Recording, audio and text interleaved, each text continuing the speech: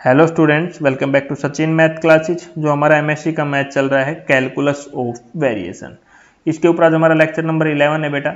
इससे पहले के लेक्चर नीचे डिस्क्रिप्शन में लिंक प्लेलिस्ट बना के दे चुका हूँ। एमएससी का मैथ भी मैं नीचे बहुत सारे करा दिए हैं, सभी का लिंक नीचे डिस्क्रिप्शन में प्लेलिस्ट की फॉर्म में दिया हुआ है। हाँ, अगर नोट्स का पीडीएफ चाहिए तो नीचे टेलीग्राम चैनल का लिंक दिया हुआ है, टेलीग्राम ज्वाइन कर लीजिए, वहाँ पे आपको नोट्स भी मिल जाएंगे। अब बात कर लेते हैं बेटा ये मैथ के नाम के ऊपर ही, कैलकुलस ऑफ वेरिएशन, सीओवी भी बोलते हैं बेटा काफ़ी जगह इसको। तो मैं पढ़ा रहा था आपको partially differential equation and mechanics, उसी में ये टॉपिक था बेटा। कई जगह ये मैकेनिक्स मैथ का टॉपिक है, तो कई जगह ये सीओवी एक अलग मैथ भी है, और कुछ यूनिवर्सिटियों में ये इंटीग्रल इक्वेशन एंड सीओवी के नाम से भी जाना जाता है।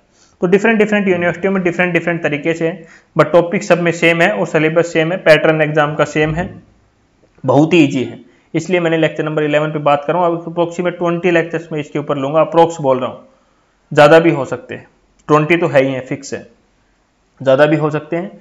और हाँ, चैनल पे पहली बार आए तो बेटा सब्सक्राइब जरूर कर लेना, वीडियो को लाइक शेयर करना अगर अच्छे लगे तो, नोट्स जरूर ले लेना टेलीग्राम ज्वाइन करके। चलते हैं टॉपिक के ऊपर। अभी हम कैलकुलस ऑफ वेरिएशन का क्या है, इसका हम पूरा ये जान लेते हैं कि सिलेबस हम करेंगे क्या क्या। सबसे पहले लेक्चर में सीखेंगे कि यूलर इक्वेशन क्या होता है, फिर सेकंड लेक्चर में क्या सीखेंगे, एक्सट्रीमल ऑफ द फंक्शन निकालना सीखेंगे। बहुत सारे क्वेश्चन रहेंगे, सबसे पहले किसमें, जिसमें वाई डैश रहेगा, फिर उसमें जिसमें वाई डैश जेड डैश दो रहेंगे हमारे, फिर थर्ड लेक्चर में क्या है, डबल डेरिवेटिव का रहेगा, फिर फिफ्थ लेक्चर ट्रिपल डेरिवेटिव आ जाए। उसके बाद एक हमारी थ्योरम रहेगी जिससे हम शॉर्टेस्ट लेंथ या शॉर्टेस्ट डिस्टेंस निकालना सीखेंगे। सेवंथ लेक्चर में क्या है बेटा, तो कर्व पासिंग रहेगा, इसे हम जर्नेट ऑफ द सरफेस निकालना सीखेंगे, जो बहुत ही इंपॉर्टेंट है आपके एग्जाम पॉइंट ऑफ व्यू से। उसके बाद एट्थ में हमारी बच्चे सोल्विंग प्रॉब्लम रहेगी, वो सीखेंगे। फिर हमारा नौवे लेक्चर में फिर दोबारा से एक्सट्रीमल ऑफ द फंक्शन निकालना सीखेंगे, इसमें एक नई प्रॉब्लम आएगी, उससे सीखेंगे। फिर हमारा 10th में फिर एक्सट्रीमल ऑफ द फंक्शनल निकालना सीखेंगे, किसका, एक ये प्रॉब्लम इस प्रकार से दी रही होगी हमारी, ये बहुत ही इंपॉर्टेंट रहेगी। 11 से हमारा जियोडिक्स शुरू हो जाएगा। जियोडिक्स में क्या रहेगा, सबसे पहले हम राइट सर्कुलर सिलेंडर का इक्वेशन निकालना सीखेंगे, फिर कोण का 12th लेक्चर में, 13th में हमारा स्क्वायर का। फिर 14th लेक्चर से ना बेटा हमारी यूलर इक्वेशन जो हमने सीखी थी उसकी इंपॉर्टेंस थ्योरम शुरू हो जाएगी। हाँ, 14th में एक थ्योरम है हमारी, फिर 15th में हमारी अलग से थ्योरम है, 16th में हमारी बेटा इसको आइसोट्रोपिक भी बोलेंगे, आइसोट्रोपिक्स प्रॉब्लम्स रहेगी, टॉपिक का नाम रहेगा ये। इसका न्यूमेरिकल, ये 16th न्यूमेरिकल और 19th न्यूमेरिकल दोनों सेम है, बट मैंने अलग अलग लेक्चर में लिया है क्योंकि ये अभी लेटेस्ट पैटर्न का न्यूमेरिकल आपके एग्जाम में आना शुरू हुआ था, तो वहां से। फिर हमारा 17th एक दोबारा से एक थ्योरम है हमारी। 18th हमारा जो मूविंग बाउंड्री प्रॉब्लम है बेटा, जिसका नाम कई बार आएगा ट्रांसविलिटी कंडीशन, जिसका एक एंड फिक्स रहेगा। एक इसमें दो पार्ट रहेंगे बेटा, ये मैंने खाली आपको बताने के लिए लिया है, जब इनके लेक्चर लेंगे ना बेटा तो एक थ्योरम के 5-5 नाम है, वो सब मैं लेक्चर लूंगा ना, इस थ्योरम का 5 नाम, इसके 5 नाम, सबके 4-4 5-5 नाम है। तो जब मैं लेक्चर लूंगा ना वहां पे, तो इसके डिफरेंट डिफरेंट नाम है, वो पूरे लेक्चर में ब्रीफ के साथ आपको मैं वहां पे दे दूंगा। अभी वैसे मैं आपको ओनली क्या है बेटा ये बता रहा हूँ कि ये टॉपिक मैं कराऊंगा, तो अभी तक यही प्लान है। आगे में जो जो टॉपिक्स मेरे पास आते रहेंगे मैं आपके पास शेयर करता रहूंगा। तो बेटा अभी हम सबसे पहले जानते हैं कि जियोडिस्क क्या होता है। A geodisc on a surface is a curve lying on the surface along which the distance between the 2 points of the surface is smallest। बेटा देखो, अभी इसकी डेफिनेशन को मैं आगे समझाता हूँ, अभी जो हम पूरा एक एग्जाम्पल लेंगे। क्या है, डिटरमाइन द जियोस्टिक, क्या क्वेश्चन है ये ध्यानपूर्वक समझना, ध्यानपूर्वक समझना बेटा ये क्या बोलता है।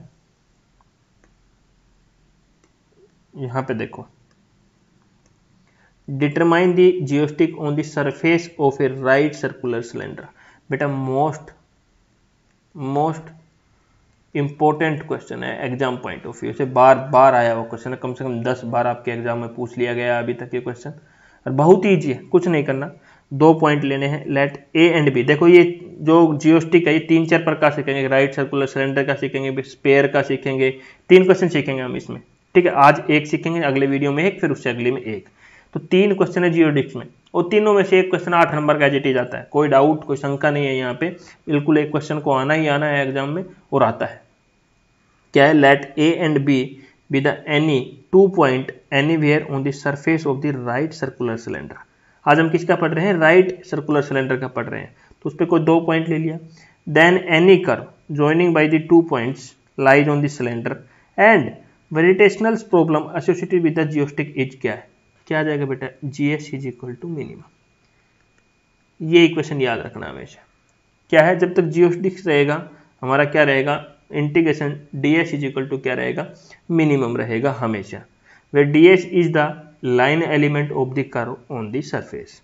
अभी आप सभी ने पढ़ा है, आप छोटी क्लासों से पढ़ते हुए आ रहे हो बेटा, जब भी हमारा क्या जाए राइट सर्कुलर सिलेंडर आ जाए तो उसके पोलर जो है तो वी सिलेंडर पोलर कोऑर्डिनेट, उसके पोलर कोऑर्डिनेट किस किस की फॉर्म में आएंगे, आर थीटा और जेड की फॉर्म में आएंगे।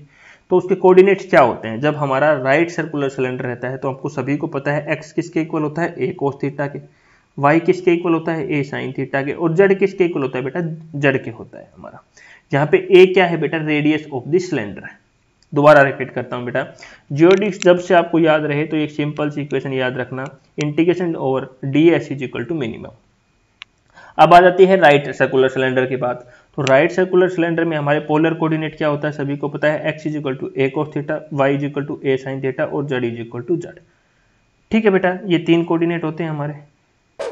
अब क्या करना है, यहां से इन तीनों कोऑर्डिनेट की हेल्प से मैंने आपको समझाया था, ये एक ट्राइंगल होती है, ये dx होती है, ये dy होती है और ये ds होती है। अब ds निकालने के लिए आपको क्या करना पड़ेगा, ds का square is equal to dx का स्क्वायर प्लस dy का स्क्वायर। ठीक है, ये करना पड़ेगा। अब आपके पास x तो है बट dx नहीं है, तो यहां से dx निकाल लो तो क्या जाएगा, माइनस a साइन थीटा। बताओ, साइन ए डी थीटा हो जाएगा क्योंकि थीटा की रेस्पेक्ट में कर रहे हैं। तो dy निकालेंगे तो क्या हो जाएगा, a cos theta D theta. बताओ, तो ये यहां पे सारी वैल्यू पुट कर दो, तो d z is equal to क्या हो जाएगा, डी जेड हो जाएगा हमारा। ठीक है, तो ये आपको ध्यान रखना है। तो dx की वैल्यू क्या ही है, अभी निकाली ना आपने dx की वैल्यू बेटा, माइनस का a sine theta D theta, तो स्क्वायर कर देंगे, डी वाई की वैल्यू पुट कर दो, डी जेड हमारा डी जेड के स्क्वायर के इक्वल हो गया। अब यहां से देखो, सभी में दिख रहा होगा a square d theta square common है, यहां से इन दोनों टर्मों में से कॉमन निकाल दो, a square d theta square common निकाल दिया तो अंदर क्या बच गया, sine square theta plus cos square theta, और बाहर लास्ट वैल्यू में डी जेड स्क्वायर। तो sine square plus cos square theta क्या होता है, 1 होता है, तो 1 हो गया। तो क्या बच गया, a square d square theta d z square theta. यहां से दोनों देखो, आपको डी थीटा स्क्वायर बाहर निकाल देना है क्योंकि हम जो इंटीग्रेशन करेंगे ना बेटा वो थीटा की रेस्पेक्ट में करेंगे। तो क्या आ जाएगा, ए स्क्वायर, अंदर क्या बचेगा, डी जेड। देखो हमने क्या लिया यहाँ पे, डी थीटा स्क्वायर को कॉमन निकाला तो अंदर क्या बच गया, a square plus d z upon d theta का होल स्क्वायर लिख सकता हूँ ना मैं, कोई दिक्कत नहीं है। और इसको डी थीटा का square is equal to a square, इसको मैं जेड डैश लिख सकता हूँ, जेड डैश का स्क्वायर, क्योंकि जेड डैश तो ये हो गया और इसके ऊपर क्या है, स्क्वायर है, तो जेड डैश का स्क्वायर। फिर यहाँ से डी एस स्क्वायर की वैल्यू ये आ गई है हमारी, बिल्कुल हमें क्या निकालना है, डी एस निकालना है। तो इसके ऊपर क्या चला जाएगा, इंटीग्रेशन चला जाएगा, सॉरी अंडर रूट चला जाएगा। तो यहाँ से क्या आ जाएगा, D theta under root a square plus में जेड डैश का स्क्वायर, ये हमारी डी एस की वैल्यू आ गई। ये डी एस की वैल्यू इसमें पुट कर दो, डी एस की जगह यहाँ पे, तो डी एस की वैल्यू ये आ गई हमारी, ये पुट कर दो इंटीग्रेशन में डी थीटा। तो हमारा एफ क्या आ गया, फंक्शनल क्या आ गया, f is equal to theta z z dash की वैल्यू क्या है, क्योंकि इसमें जेड जेड डैश है तो क्या आ जाएगा, a square plus z dash square. तो हमारा रूलर इक्वेशन क्या था बेटा, अभी तक हम क्या पढ़ते थे, curly f upon curly y minus d by d x curly f upon curly y dash is equal to 0 पढ़ते थे, लेकिन यहाँ जेड है बेटा और थीटा की टर्म में है। तो करली एफ अपॉन करली जेड, एक्स की जगह क्या आ जाएगा, थीटा आ जाएगा, और वाई की जगह क्या आ जाएगा बेटा, जेड। ठीक है, जहाँ जहाँ वाई था वहाँ वाई जेड आ जाएगा, जहाँ थीटा है वहाँ पे, जहाँ एक्स था वहाँ थीटा आ जाएगा। तो ये हमारी रूलर इक्वेशन बनेगी। यहाँ से हमें करली एफ अपॉन करली जेड निकालेंगे तो क्या आएगा, 0, क्योंकि है ही नहीं। तो और करली एफ अपॉन करली जेड 1 निकालेंगे यहाँ से तो क्या आएगा बेटा, 1/2 under root a square plus Z 1 का स्क्वायर, और फिर ऊपर करेंगे तो 2 जेड डैश आ जाएगा, 2 से 2 कैंसिल। तो हमारा क्या बच जाएगा, जेड डैश अपॉन ए स्क्वायर प्लस में जेड 1 का स्क्वायर, ये वैल्यू आ जाएगी हमारी। यहाँ पे दोनों वैल्यू पुट कर दो, ये तो 0 था हमारा और ये इसकी वैल्यू आई। अब क्या करें, हमें तो यहाँ से सिंपल सी जेड की वैल्यू निकालनी है, अभी तक वाई का निकालते थे, यहाँ पे हम जेड का निकालेंगे। तो इस इंटीग्रेशन बोथ साइड करेंगे तो इंटीग्रेशन बोथ साइड कर देंगे, तो इससे इंटीग्रेशन से डिफरेंशिएशन कैंसिल हो जाएगा। तो क्या बच जाएगा, z square z dash upon under root a square plus z dash का स्क्वायर इज इक्वल टू कुछ C1 कांस्टेंट आ जाएगा, और क्या आ जाएगा, माइनस का z dash is equal to C1 a square plus z dash का स्क्वायर। अब स्क्वेयरिंग बोथ साइड कर दो आगे, ये आ गया, स्क्वेयरिंग बोथ साइड कर दिया। क्यों किया, क्योंकि अंडर रूट को हटाना बहुत जरूरी है। तो स्क्वायर हो गया, यहाँ से अंडर रूट कैंसिल हो गया, यहाँ सी स्क्वायर ये बच गया, मल्टीप्लाई कर दिया सी स्क्वायर का दोनों के साथ अलग अलग।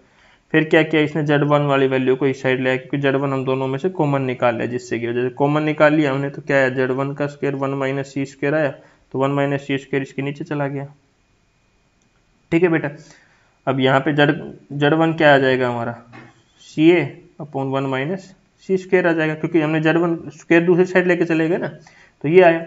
इसको क्या लिख सकता हूँ, dz अपॉन डी थीटा है हमारा, तो CA अपॉन 1 माइनस सी स्क्वायर, ये पूरा कांस्टेंट है, ये पूरा कांस्टेंट है, तो इसको कुछ k मान सकते हैं हम लोग, जैसे आगे मैंने कर रखा है, ये पूरा कांस्टेंट है बेटा, इसको कुछ k मान सकते हैं। तो dz upon d theta equal k1 हो गया, dz इक्वल टू क्या, k1 डी थीटा हो गया, डी थीटा को इस साइड लेके चले गए, तो z is equal to k1 theta plus कुछ k2 हमारा कांस्टेंट आ गया, k2 इज अनदर कांस्टेंट। बस यही हमारा आंसर था। हमें पता था equation coupled with x is equal to a cos theta, y is equal to a sin theta is required geostic is called circular helix।